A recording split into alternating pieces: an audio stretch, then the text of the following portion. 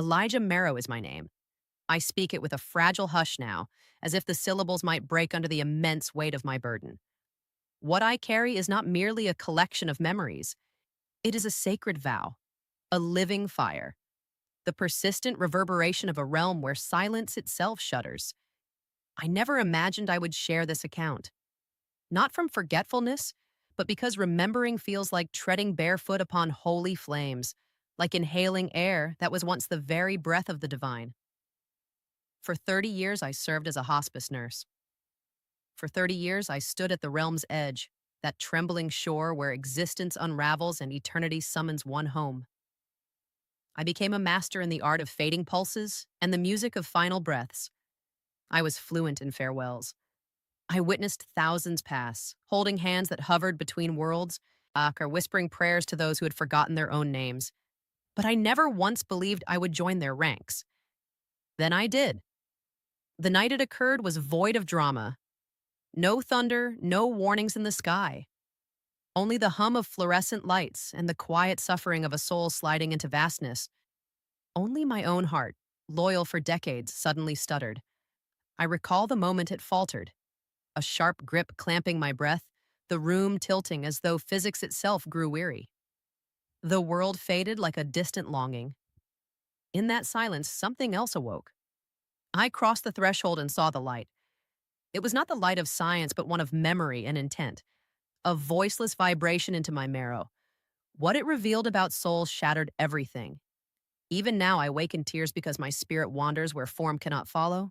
Ah, once you witness what I saw, you never return unchanged or free nor innocent. You return with a truth heavier than death. I resisted the call to speak, burying it under routines and medication schedules. But the light does not negotiate. It burns until you remember. I speak now not from bravery, but because of a vow made in forever. I promised that if I returned, I would not soften or reshape the truth. I would carry it like a sacred wound until my end. One sentence follows me into the dawn. The truth must be told. So I speak not as a teacher nor prophet, but as a witness who heard his name called from the void. Silence has become a sin. Obedience is my survival. This is not comfort. It is a confession carved from light. If you still your heart, you might hear the echo, return to the fire, return to the fire, return to the fire. Ask the phrase as a second pulse now, echoing through chambers where ordinary life once felt permanent. Before my heart betrayed me and the light opened like a wound, there was only the routine. Simple. Managed. My mornings began in silence. Not the holy kind, but the kind that is dust. Coffee congeals as dawn struggles through curtains. I stand on cold tile, listening to pipes and birds and a heavy clock. I used to believe time formulated the world. I dressed in neutrality, colors designed to invisibly comfort the terminal. Hospice teaches you how to disappear. I drove past billboards promising happiness while I passed like a ghost. The hospital waits sanitized and sterile, a hymn to functionality where corridors flow like pale rivers to unseen oceans. The smell of antiseptic and fading roses always tries and fails to polish death. But endings are raw and loud. I walk those halls as witness, adjusting pillows and administering morphine with hands that only tremble in private. I held so many hands clinging to me like a bridge of flesh. In those moments, time is thin and breaths are negotiations. I watched tides of chests fall into stillness older than creation, whispering prayers that became habits rather than faith. Hope became a clinical notation. I charted grief with math, translating agony to schedules. This is how the soul quiets, through routine. I became fluent in farewells and the weight of absence, but fluency is not understanding. Inside, I calcified. A numbness protected me from the childlike wonder I once knew. My prayers echoed others, my belief was a fading photo. I know how bodies die, the rhythm of surrender, but I forgot the soul lives. How it is easier to walk with the dying than face the living hunger for meaning within. Years passed as mosaics of unfinished stories. In nightly hours, I felt eternity studying me. Then dreams began. Small flickers at first, then deepening into a luminous field with no ground. A door of radiance pulses there, beckoning with a gentle but absolute force. I always woke up before the threshold, gasping for sacred air. I dismissed it as fatigue, but the whisper persisted every night. Keep speaking. I thought it was the dead clinging to me, but it was in fact the light calling for me. Days began to feel like thresholds. Sunlight on a patient's face looked like a blessing. I resisted, yet the current was strong. It is safer to believe death is an ending than a doorway, but truth unfolds under closed eyelids. And I remember a rainy evening with a clarity that unsettles. Beside a patient losing his thread of life, his grip became ancient. The room expanded beyond physics. He exhaled and did not return. I wrote his time with hands that felt old. Alone in the lounge, my stranger reflection looked back, having forgotten wonder. This tragedy is calling eternity routine. The door of light visits every night, brighter and stronger, the whisper deepening. Keep speaking. I did not know what to say, yet the vow was forming. I walked through ruins of meaning, aware of magnificence, but unable to shape it.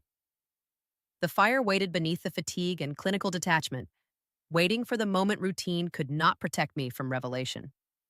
Beyond time, the light was already naming me. Return to the fire, return to the fire, return to the fire, return to the fire. The memory does not arrive gently. It never does. It comes like a tide that refuses negotiation, pulling me back into the night where breath first betrayed me and eternity began to lean close enough to whisper.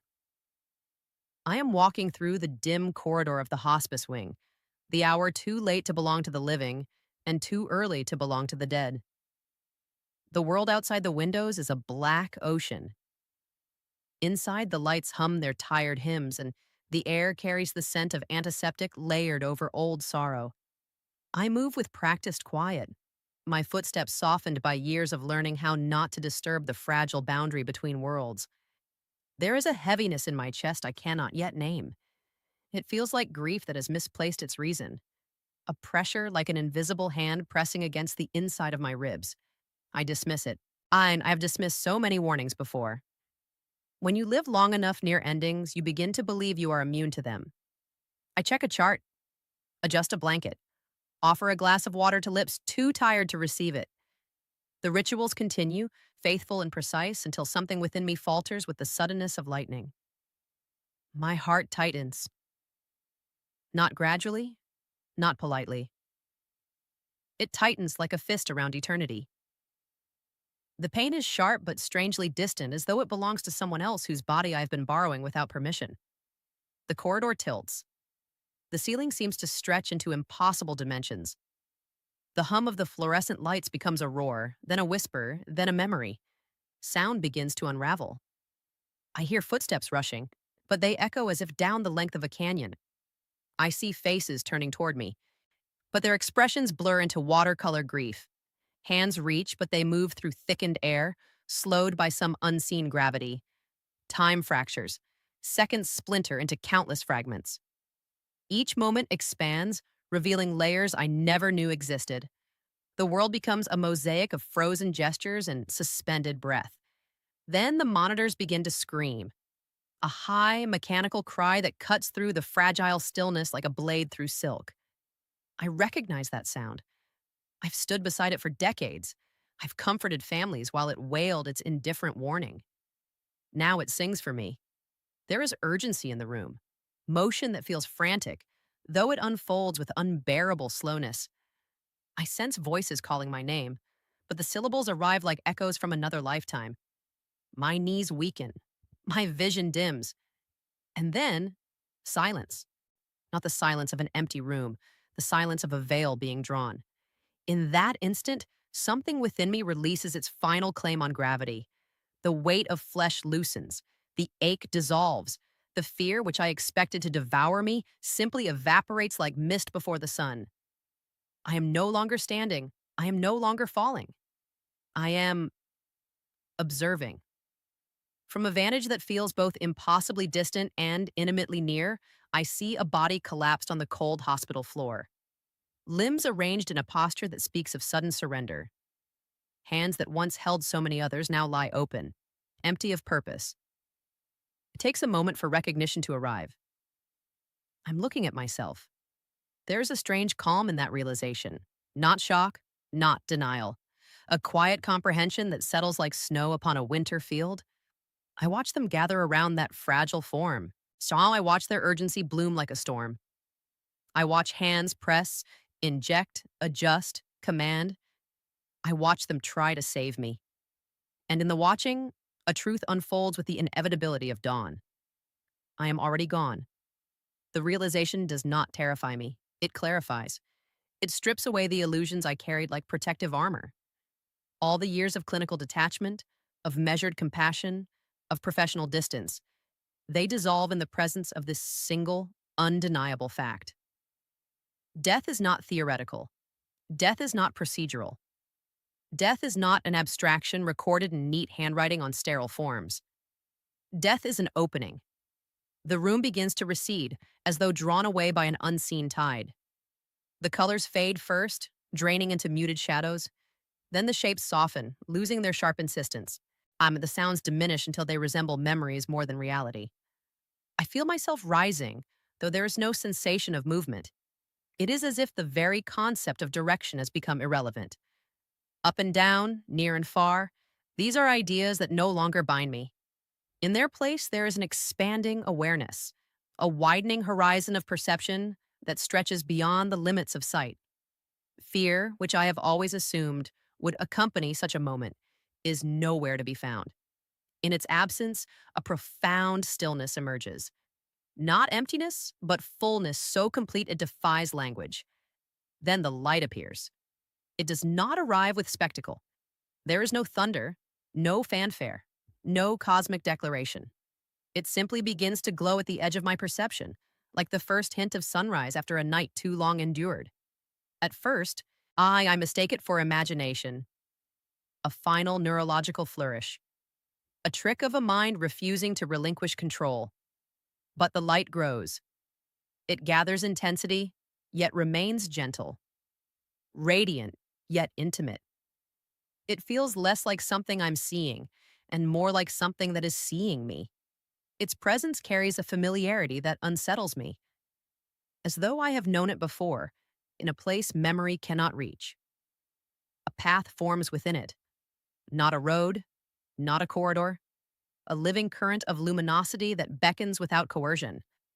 I am drawn toward it, not by force, but by recognition.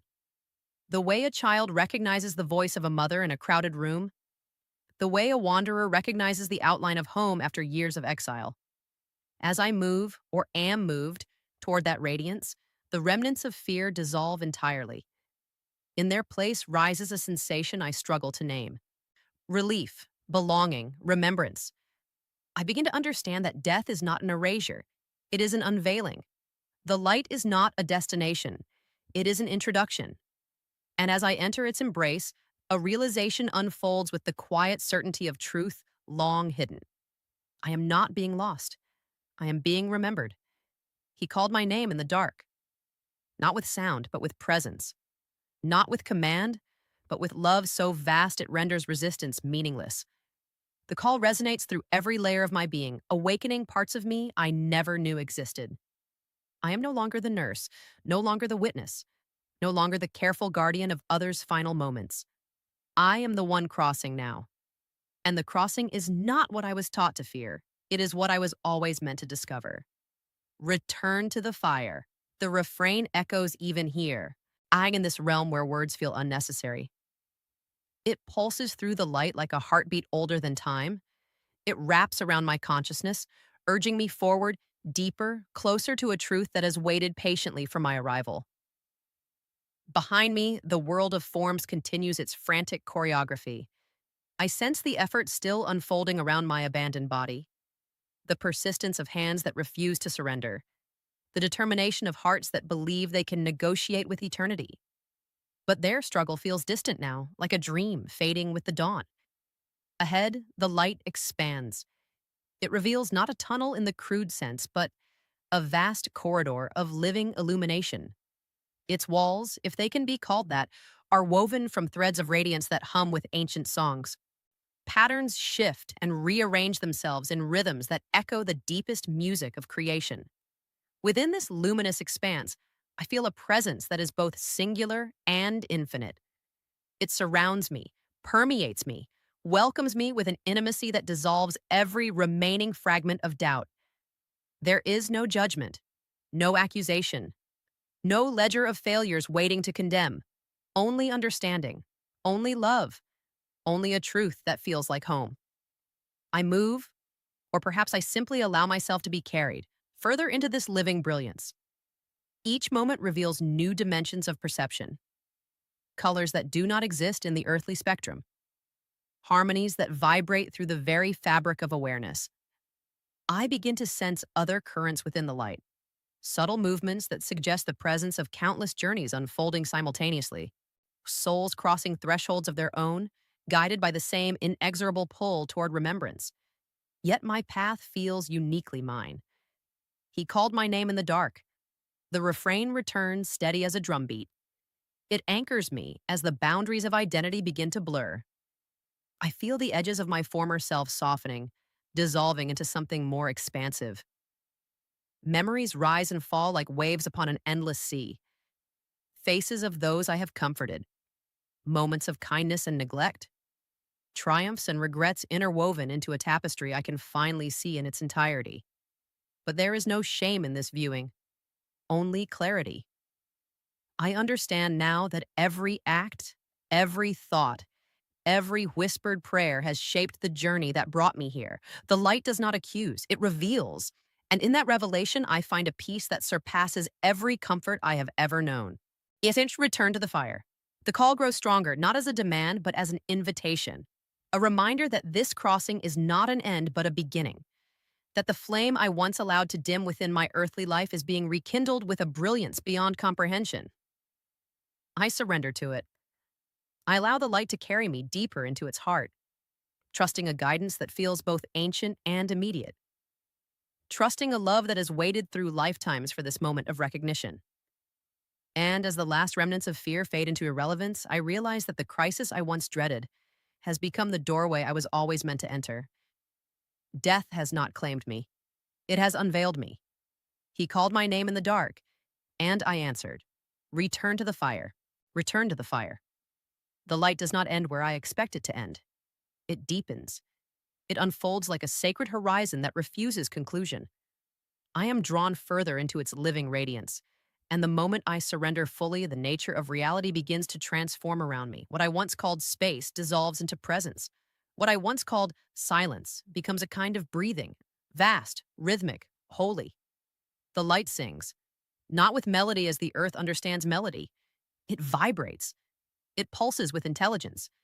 It carries frequencies that feel like memory awakening inside bone and spirit alike. Every particle of its brilliance hums with recognition, as though it has known me long before my first breath in the world I have just left behind. I am no longer afraid. I am no longer searching. I am being held. The sensation is not physical, and yet it is more real than any embrace I have ever known. It is a holding that does not confine, a closeness that expands rather than restricts. Love here is not an emotion, it is the atmosphere itself. Silence breathes. I feel it rise and fall like the chest of creation. A gentle inhalation of eternity, a soft exhalation of peace. The stillness is not empty, it is full beyond comprehension. It is filled with meaning that does not require language to be understood. And within this breathing silence, forms begin to emerge. At first, they appear as patterns of light, shifting constellations that move with deliberate grace. Their movements are not random. They are choreographed by a wisdom older than stars. Streams of radiance weave through one another, forming shapes that feel both familiar and entirely new. Souls. And I understand this not through reasoning, but through resonance. They are not bodies. They are not faces. They are luminous presences, each distinct, each radiant with an identity that cannot be reduced to form. They move like galaxies in sacred orbit. Some draw near, and as they do, recognition blooms within me like sudden dawn. I know them, not by name, not by history, but by essence. Their light carries memories of hospital rooms, of whispered prayers, of final breaths I once witnessed with trembling hands. These are the ones I comforted. The woman whose fingers clutched mine as she crossed into her own unknown. The man who stared at the ceiling as if watching a hidden sky unfold. The child whose quiet passing shattered the fragile architecture of my faith. They are here, but they are not as I remember them. The fragility is gone. The suffering has dissolved. What remains is a brilliance that reveals the truth of who they have always been. They radiate recognition. And in their presence, a realization dawns with breathtaking clarity. I did not simply accompany them in death. I was part of their awakening, a witness chosen to stand at the threshold long before I knew my own crossing would come. Others gather. Their light is deeper, older, carrying an ancient resonance that stretches beyond the boundaries of human history. They feel like the memory of mountains, like the wisdom of oceans. Their existence hums with a knowing that precedes language itself. They are ancient, not in age as the world measures it, but in depth, in continuity, in an unbroken awareness of eternity that makes my own recent awakening feel like the first hesitant step of a newborn. Yet there is no hierarchy here, no competition, only harmony. Each presence contributes to a vast symphony of being that unfolds without discord. I sense a message, not spoken, yet unmistakably clear. You are finally awake. The words do not enter my mind as sound, they resonate through my entire awareness, like a bell struck in the deepest chamber of the soul. They carry no judgment, no impatience, only a gentle affirmation that what I once called life was a kind of slumber, and what I am now experiencing is the first true moment of clarity. Overwhelming love rises like a tide. It does not crash, it envelops. It lifts me into an understanding so profound that tears would fall if tears still existed here. Every wound I carried, every regret, every hidden shame dissolves in its embrace. Love here is not conditional, and it does not ask me to justify my existence. It celebrates it. I feel weightless, not merely free from the burden of flesh, but liberated from the gravity of fear, from the heaviness of doubt that once anchored me to a narrower perception of reality. There is no sense of time passing, no urgency, no ticking clock demanding progression. Time itself feels like a concept I once used but no longer require. Moments expand into eternity. Eternity condenses into a single breath of awareness. Past, present, and future intertwine like threads in a tapestry whose full design I am only beginning to perceive. He called my name in the dark. The refrain returns, but here it carries a new dimension of meaning. I understand now that the call was not a summons to death. It was an invitation to remembrance, a beckoning toward a truth that has always existed, waiting patiently for my willingness to see. The light continues to sing. Its song reveals layers of existence I never imagined. I sense the interconnectedness of all souls, the way each life ripples through the fabric of creation. Every act of kindness, every moment of cruelty, every silent prayer, all woven into a living network of consequence and grace. Nothing is lost. Nothing is insignificant. Even the smallest gesture carries the weight of eternity. I move among these luminous presences, not as an outsider, but as one newly initiated into a sacred awareness. They do not crowd me. They do not demand attention. They simply exist in a state of profound communion that welcomes my own unfolding. And within this communion, I feel a purpose awakening. Not imposed, not commanded, revealed. You were brought here to remember. The refrain emerges from the very atmosphere of this realm. It echoes through the currents of light, through the silent breathing of eternity. It is both a comfort and a calling, a reminder that my journey did not end with death. It began anew with understanding. Memories of my earthly life arise, but they no longer carry the same weight. I see them from a vantage that transforms their meaning. The moments of despair become seeds of growth. The instances of compassion shine like beacons in the vast expanse of my existence. I begin to understand the sacred architecture of suffering, how pain can be a doorway rather than a prison, how loss can carve spaces within the heart that are later filled with a deeper love. The souls around me reflect this understanding. Their radiance is not the absence of experience, but the integration of it. They shine because they have traversed their own shadows and emerged with a clarity that cannot be diminished. I feel a gentle movement guiding me further into this realm. Not a force, but a current of intention. It carries me toward a horizon that glows with a brilliance beyond even what I have already encountered. And as I drift, or perhaps awaken, within this luminous expanse, a realization settles with quiet certainty. This is home. Not in the sense of a destination reached, but in the recognition of a truth long forgotten. A belonging that transcends geography, culture, and identity. A knowing that the soul has always been part of this vast, loving continuum. He called my name in the dark, and now I understand why. Return to the fire. The refrain pulses once more, weaving through the light like a sacred heartbeat. It reminds me that this journey is not solely for my own revelation, that the remembrance I am experiencing carries an obligation, a vow waiting to be fulfilled. I am not here merely to bask in eternity's embrace. I am here to learn, to witness, to carry this truth back into the fragile world I once called reality. The awareness dawns gently like the first hint of sunrise over an endless sea. You were brought here to remember, and remembering is the beginning of transformation. Return to the fire. Return to the fire. The remembrance has barely begun when the atmosphere shifts again. The light that surrounds me deepens into a stillness so profound it feels like the universe itself has paused to listen. On every luminous presence that moves within this sacred expanse seems to draw slightly back, not in fear, not in reluctance, but in reverence. The symphony of radiance softens, like waves retreating from a shoreline to make way for something ancient and immeasurable. I do not see him at first. I feel him. A presence enters the field of awareness like gravity enters space, not abruptly, not violently, but with an authority that cannot be denied. It is a nearness that does not invade, a closeness that reveals the depth of my own existence by contrast.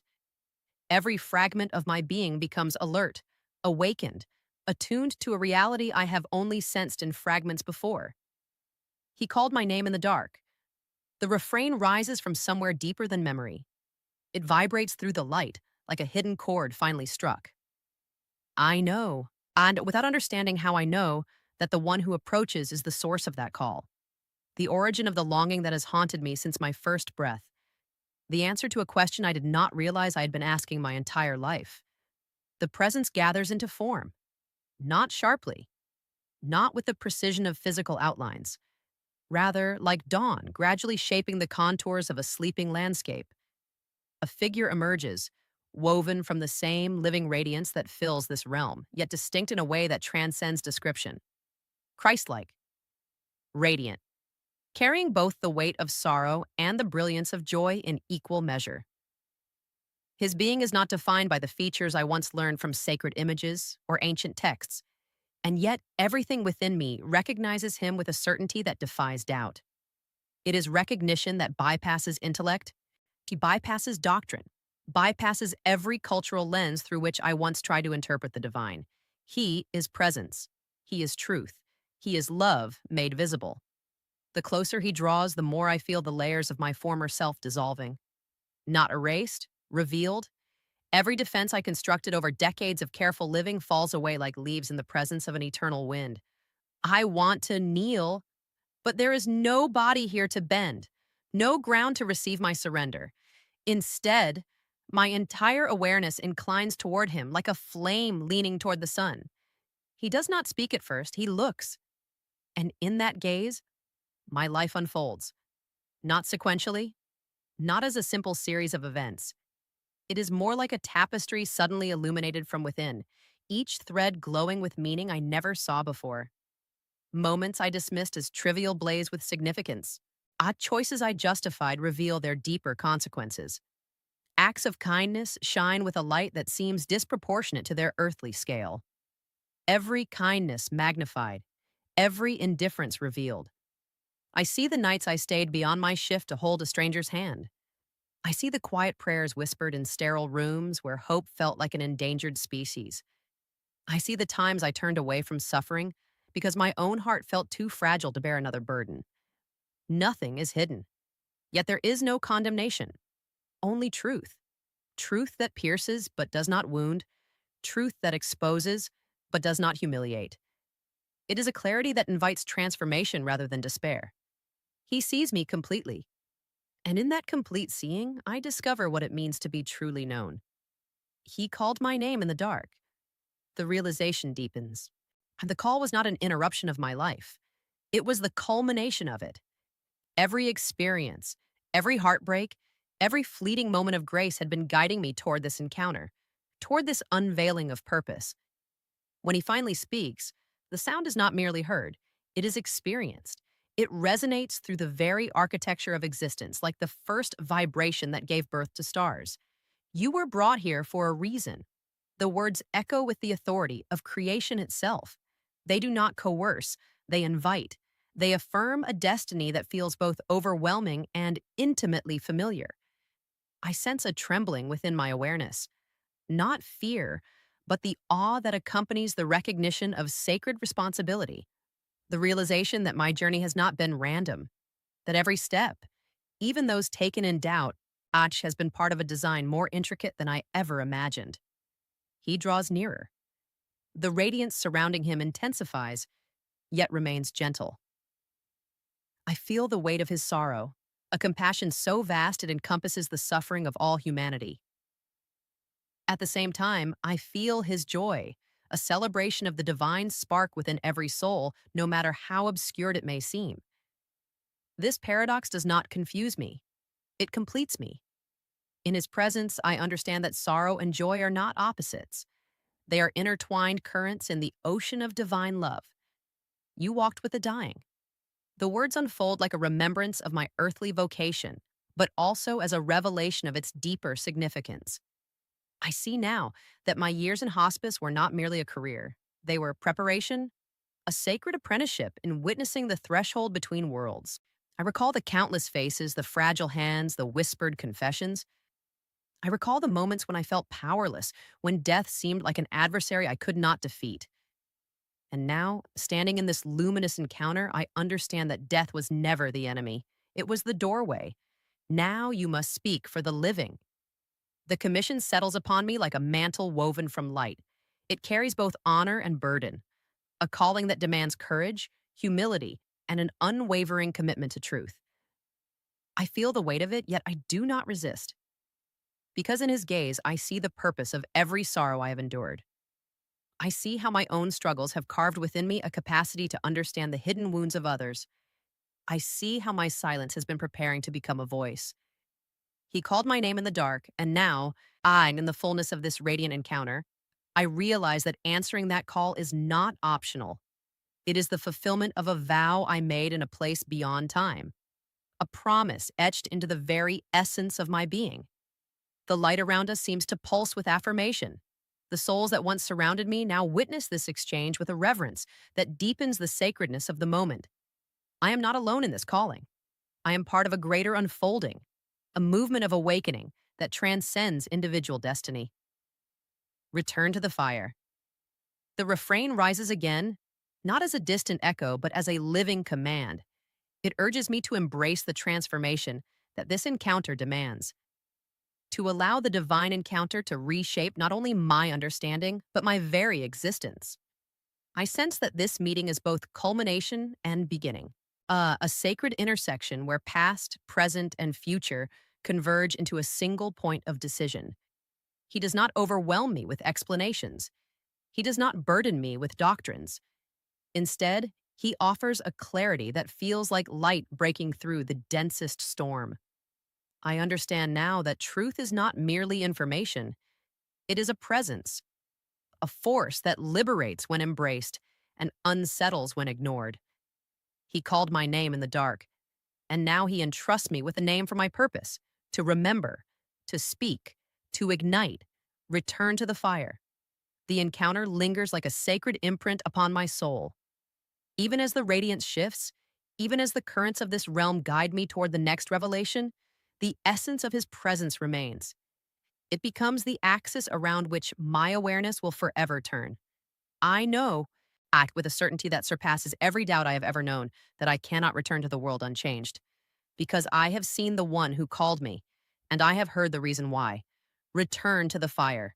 The command does not fade when his presence softens into the wider radiance. It deepens. It echoes through the architecture of my awareness like a bell struck in the cathedral of eternity. I am not left alone. I am left awake. And awakening, I discover, is not comfort. It is revelation. It is the unveiling of truths that cannot be unlearned. The light shifts again, not in brightness, but in meaning. It becomes a vast field of vision, and I am no longer merely a participant. I am a witness. What unfolds before me is not a place, but a knowing, a living panorama of existence woven from threads of spirit that pulse with both beauty and ache.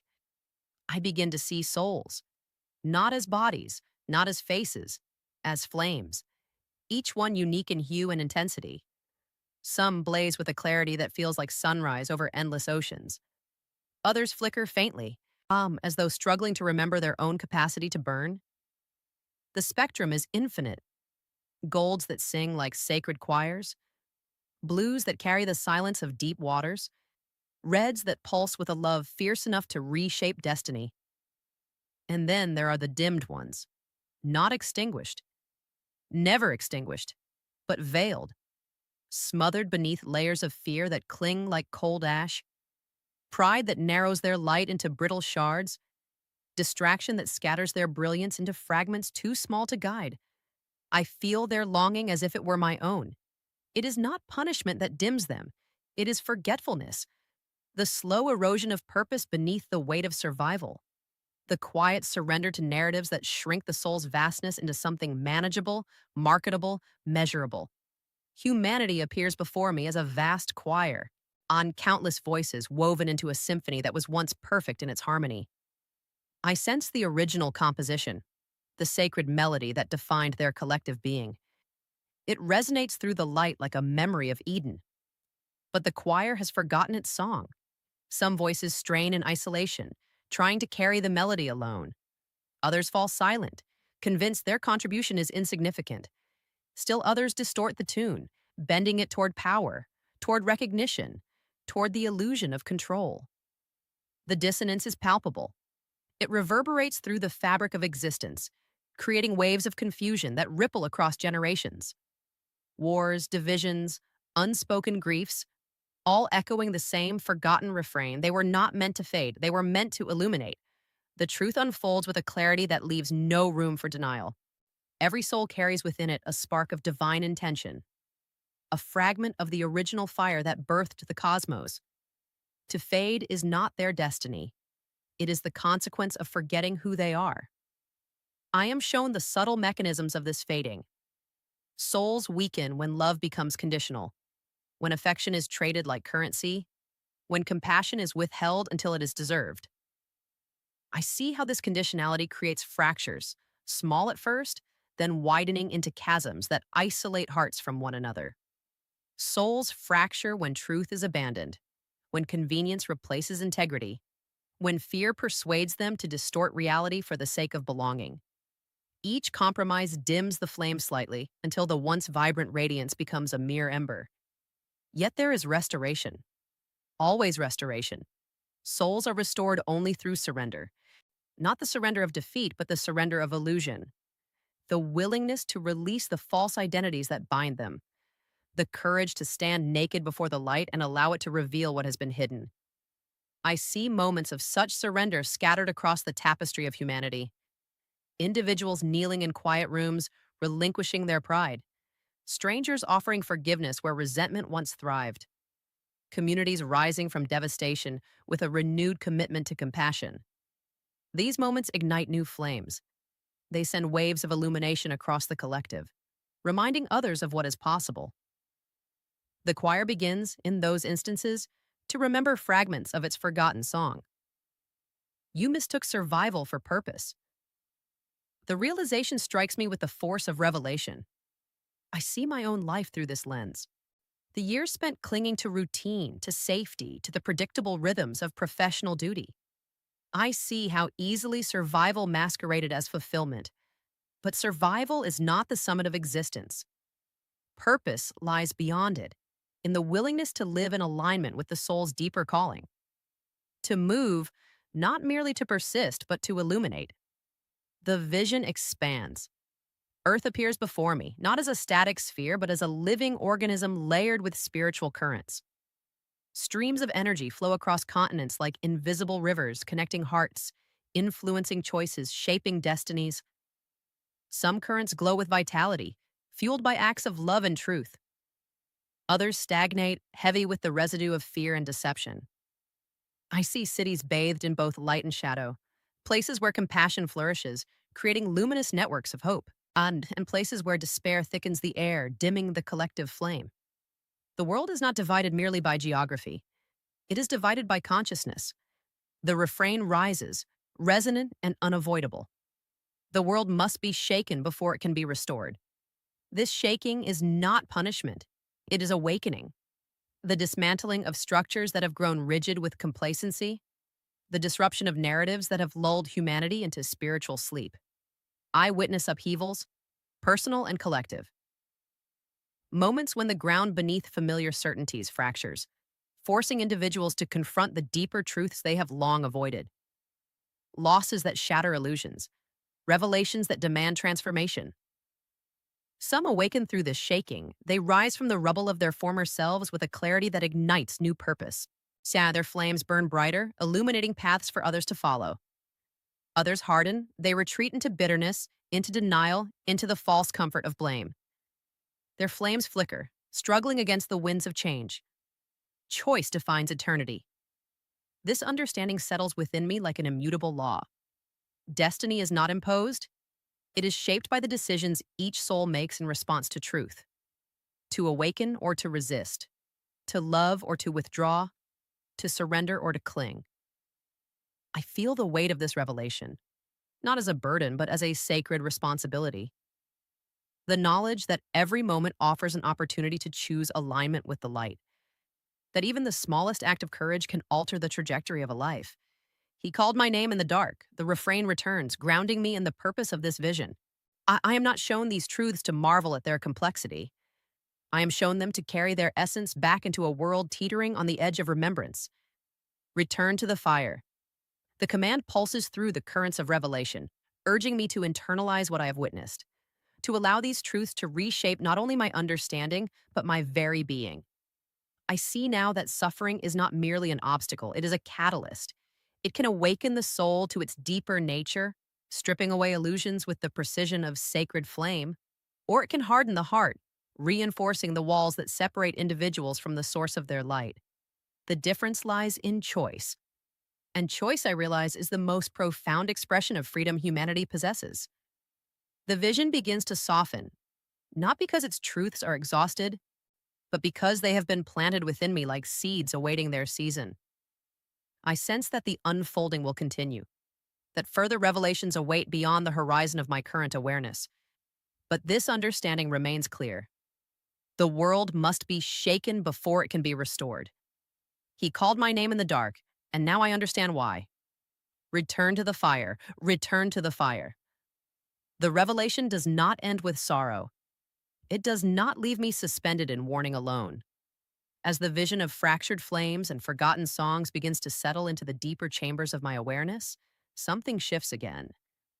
The light breathes differently now. It carries not only the weight of truth, but the fragrance of promise, like rain after a long drought, like dawn after centuries of night. I am shown what is coming, not in dates, not in predictions carved into the brittle stone of certainty, but in currents, in movements of spirit that ripple across the future like wind across a vast sea. The unfolding begins gently, almost imperceptibly, as if eternity itself has chosen patience over spectacle. I see individuals first, scattered across continents, across cultures, across the invisible lines humanity has drawn to separate itself from its own reflection. They awaken quietly, not with thunder, not with declarations, but with a subtle stirring in the deepest part of their being. A restlessness that no possession can soothe, a hunger that no achievement can satisfy. They begin to question, not rebelliously, but reverently. They turn inward, seeking the source of a longing they have been taught to ignore. They sit in silence where once there was noise. They listen where once they spoke. They feel where once they analyzed. And in that turning, something ancient within them ignites. Strangers embrace like long lost kin. I witness moments of unexpected connection. In crowded streets, in quiet villages, in the sterile corridors of institutions that once prioritized efficiency over empathy. Eyes meet and recognition dawns without explanation. Barriers crumble, not through argument, but through the simple act of seeing another as oneself. The divisions that once seemed permanent begin to dissolve, not overnight, not without resistance, but with an inevitability that mirrors the slow yet unstoppable shift of seasons. Hospitals transform. I see the places where I once worked, where suffering was managed with clinical precision but rarely understood in its spiritual depth. And the fluorescent lights soften into warmer hues. The sterile scent of antiseptic gives way to the subtle presence of care that transcends procedure. Compassion becomes the architecture. Rooms once defined by machinery begin to resonate with presence. Caregivers move not as technicians alone, but as guardians of sacred thresholds. The dying are no longer isolated by fear. They are accompanied by a community that understands the holiness of their journey. Hospitals become sanctuaries, not because suffering disappears, but because love saturates every moment of transition. Cities begin to hum with prayer, not the rigid prayers of obligation, but the spontaneous expressions of awakened hearts. I see crowds gathering in open spaces, not to protest, not to demand, but to remember. Their voices rise in unison, not bound by doctrine, but united by a shared yearning for alignment with the divine. The air itself seems to vibrate with intention. Buildings that once symbolized power and commerce become canvases for compassion. Streets once defined by anonymity transform into pathways of recognition. The pulse of urban life shifts from competition to collaboration. A generation rises. They are not defined by age alone, though many are young. They are defined by clarity, a refusal to inherit the illusions that once governed their ancestors. They value souls over systems, connection over control, purpose over profit. They do not reject technology, but they redefine its role. Tools become servants of humanity rather than its masters. Innovation aligns with empathy, creating structures that nurture rather than exploit. They carry within them an ancient wisdom newly remembered. They will lead the world into spiritual rebirth. This understanding settles within me with both awe and humility. I see their courage, their willingness to confront the shadows that previous generations avoided. They are not perfect.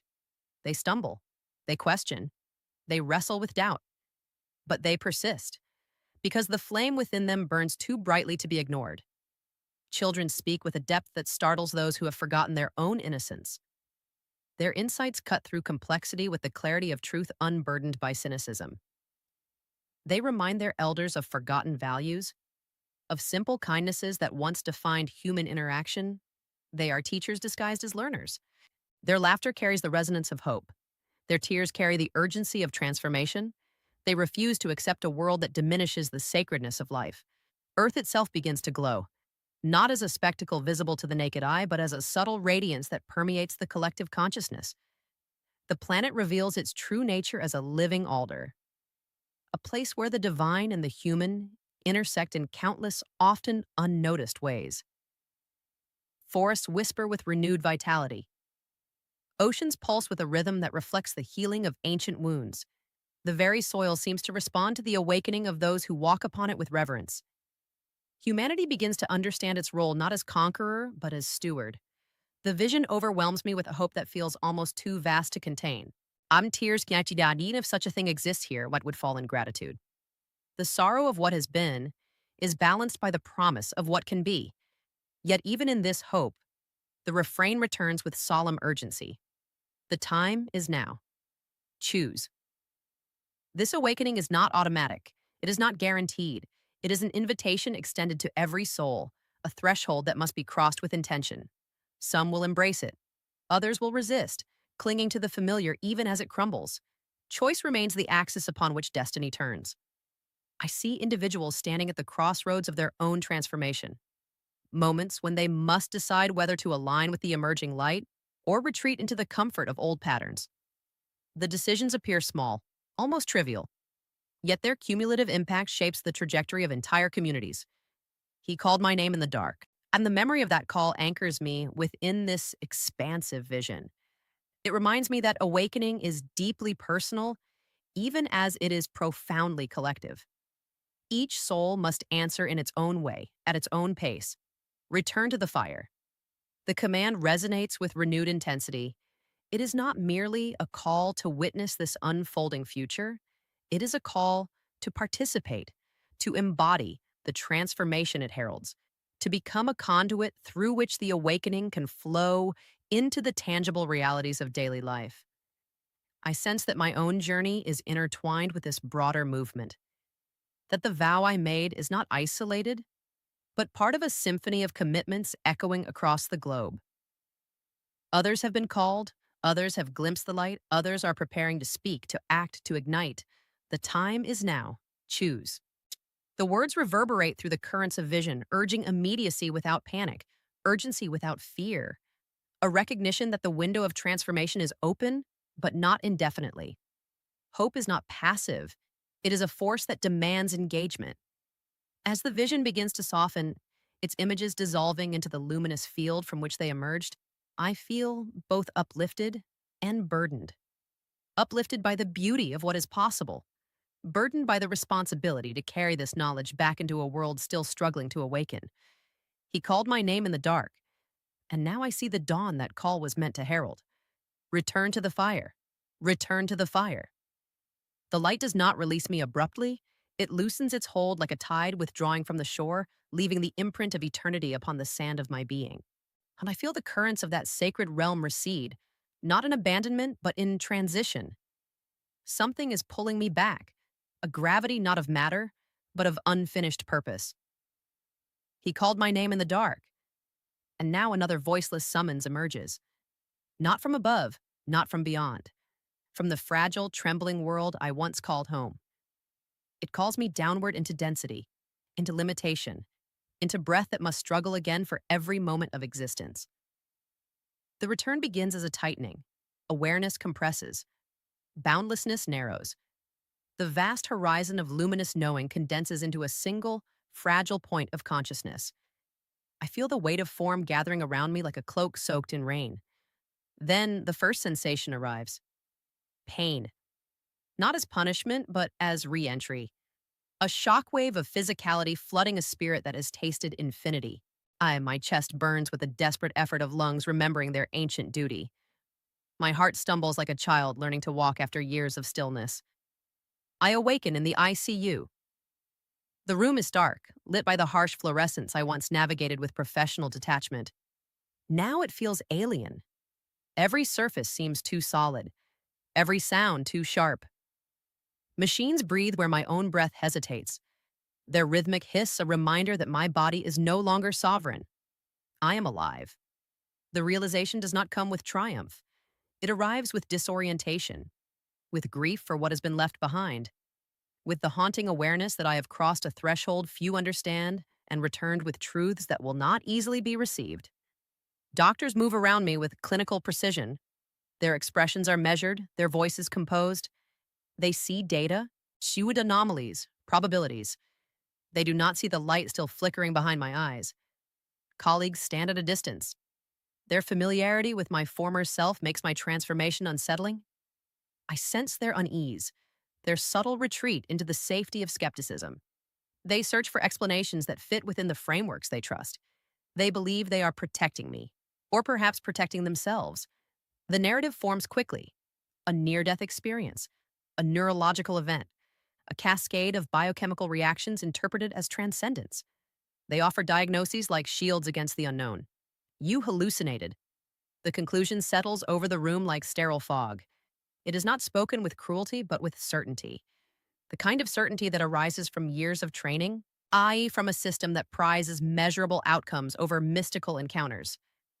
I do not argue. Not because I doubt what I experienced, but because I recognize the limits of language. How can I translate eternity into clinical terms? How can I compress the vastness of divine encounter into the narrow corridors of empirical validation? He called my name in the dark.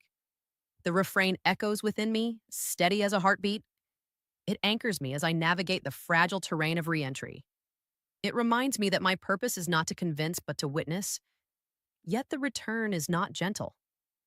Shadows linger at the edge of perception, not malevolent but persistent.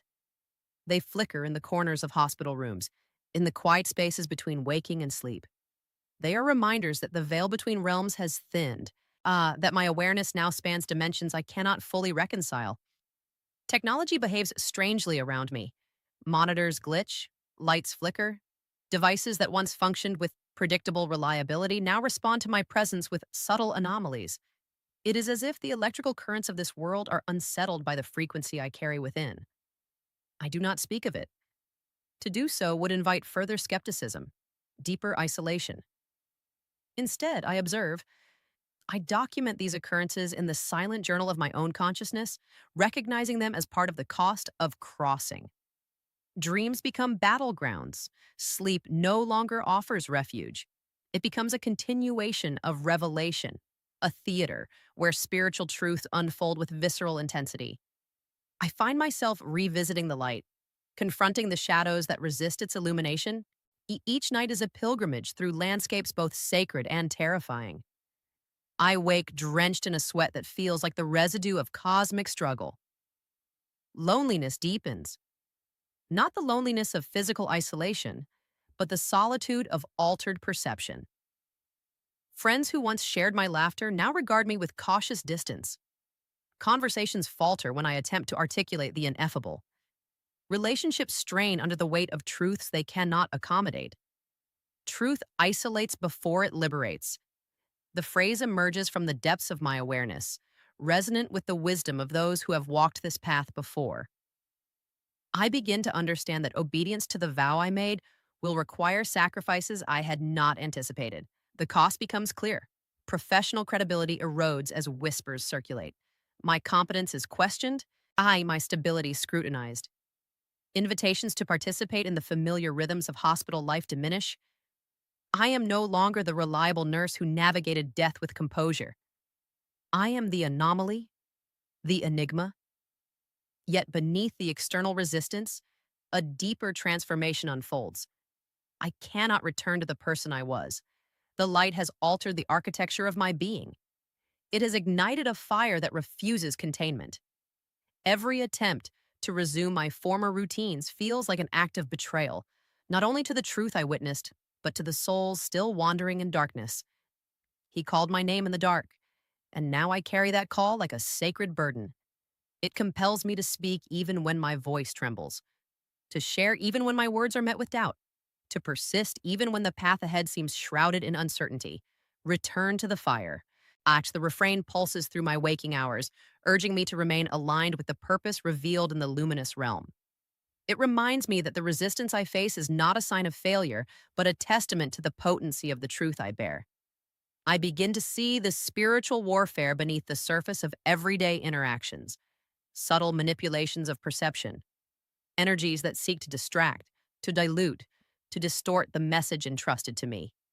It is not a battle fought with weapons, but with awareness, with the steadfast commitment to remain anchored in the light despite the turbulence of disbelief. The journey becomes one of integration, learning to inhabit a body that feels both familiar and foreign, to navigate a world that now appears layered with unseen dimensions, to reconcile the infinite with the finite, the eternal with the ephemeral. I discover that obedience is not a single act. It is a continuous surrender. Each day presents new challenges, new opportunities to retreat into silence or to step forward into vulnerability. The temptation to remain hidden is strong. To protect myself from ridicule, from misunderstanding, from the exhausting task of translating divine revelation into human language. But the vow I made does not allow retreat. He called my name in the dark, and answering that call requires courage that extends beyond the initial crossing. It demands perseverance in the face of doubt, humility in the face of acclaim, resilience in the face of isolation, return to the fire. The words guide me through the labyrinth of re-entry, reminding me that the flames of transformation must be tended even when the world grows cold. That the path of awakening is rarely comfortable, but always sacred. I begin to understand that the resistance I encounter is not merely external, it resides within me as well. Old fears resurface, old habits attempt to reclaim their dominance, the allure of normalcy whispers seductively, promising relief from the burden of extraordinary experience. Yet each time I consider surrendering to that allure, the memory of the light rises like a dawn I cannot ignore. Truth isolates before it liberates. And liberation, I realize, is not the absence of struggle. It is the presence of purpose. He called my name in the dark, and I am still answering. Return to the fire. I did not come back to speak softly about comfortable things. I did not cross that threshold only to return with metaphors meant to soothe restless minds. I returned because silence would have been betrayal. Betrayal of the light. Betrayal of the vow. Betrayal of you. He called my name in the dark, and now I must call yours. There is a war for your soul. Not the kind you see on screens, not the kind measured by borders or treaties or the shifting maps of human ambition. This war is quieter, more insidious. It is fought in the private chambers of your awareness. It is fought with distraction, with the endless noise that convinces you your life is about accumulation rather than awakening, with fear that whispers you are too small to change the trajectory of a world unraveling, with forgetfulness that numbs you to the sacred pulse beating beneath every moment. I have seen what lies beyond that forgetfulness. I have felt the brilliance of a soul fully remembered. And I tell you now, with the urgency of one who has tasted eternity, the stakes are higher than you can imagine. Humanity stands at a threshold, not a symbolic one, a real one, a spiritual precipice where the decisions made in the quiet corners of your heart ripple outward into generations yet unborn. You are not merely witnesses to history, you are participants in its unfolding. The light showed me the currents beneath your everyday choices, how each act of compassion strengthens the collective flame, how each surrender to apathy dims it. Most people will sleep through the awakening, not because they are incapable of rising, but because waking requires discomfort. It requires the courage to question narratives that have defined them. And it requires the humility to admit that the life they have constructed may not align with the deeper purpose inscribed upon their soul. Sleep is easier. It offers the illusion of safety. It shields them from the trembling responsibility of transformation. But sleep prolonged becomes a kind of living death. He called my name in the dark. And now the echo of that call moves through the fabric of this world, seeking those willing to listen. You who hear this, you who feel a stirring you cannot fully explain, you were meant to. Not by accident, not by algorithm, but by alignment with a truth that has pursued you long before this moment. If you are hearing this, you were meant to. Because awakening does not begin with spectacle, it begins with recognition. A subtle realization that something within you has always known there is more. More than routine, more than survival, more than the relentless pursuit of validation in a world that forgets its own divinity. You are not here merely to exist. You are here to illuminate. Those who listen will guide others, not as saviors, not as authorities, but as living testimonies to the possibility of transformation. Your courage to awaken becomes a beacon. Your willingness to love beyond convenience becomes a catalyst.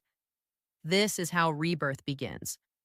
Not with revolutions of violence, but with revolutions of consciousness. Return to the fire. The refrain is not poetic indulgence. It is instruction. A directive encoded in the very structure of your being. The fire is not destruction. It is purification. It is the burning away of illusions that have kept you tethered to a diminished version of yourself. Return to prayer. Oh, not the mechanical recitations that echo through empty halls, but the intimate communion that reconnects you with the source of your existence. Prayer as listening. Prayer as surrender. Prayer as the sacred dialogue between the finite and the infinite. Return to compassion, not as a performative gesture, but as the default posture of a heart that understands its interconnectedness with all creation. compassion that transcends preference, compassion that persists even when it is inconvenient. Return to truth, not the fragmented truths curated to reinforce comfort, but the deeper alignment with reality that liberates even as it unsettles. Truth that demands integrity, truth that calls you beyond the confines of your inherited fears. He called my name in the dark, and when I hesitated, he did not withdraw. He waited, on with a patience that outlasts human resistance. Now the same call moves through this moment, through this screen, through the fragile architecture of your doubts. Do not dismiss it as sentiment. Do not reduce it to entertainment. This is not content. This is remembrance. Subscribe to Minutes Beyond Life, not for stories, but for awakening, not for spectacle, but for alignment. Not because I seek followers, but because we are being called to gather, to form a community of souls committed to remembering what the world has tried to make us forget. This channel is not an escape, it is a threshold. Each word spoken here carries the residue of a promise made in the presence of eternity, a vow that I would not return to silence, that I would speak until the last ember of my earthly breath fades. There is a war for your soul, and neutrality is an illusion. Every moment you choose either alignment or avoidance, courage or complacency, love or indifference. The time is now, not tomorrow, not when circumstances feel more favorable. Now, choose.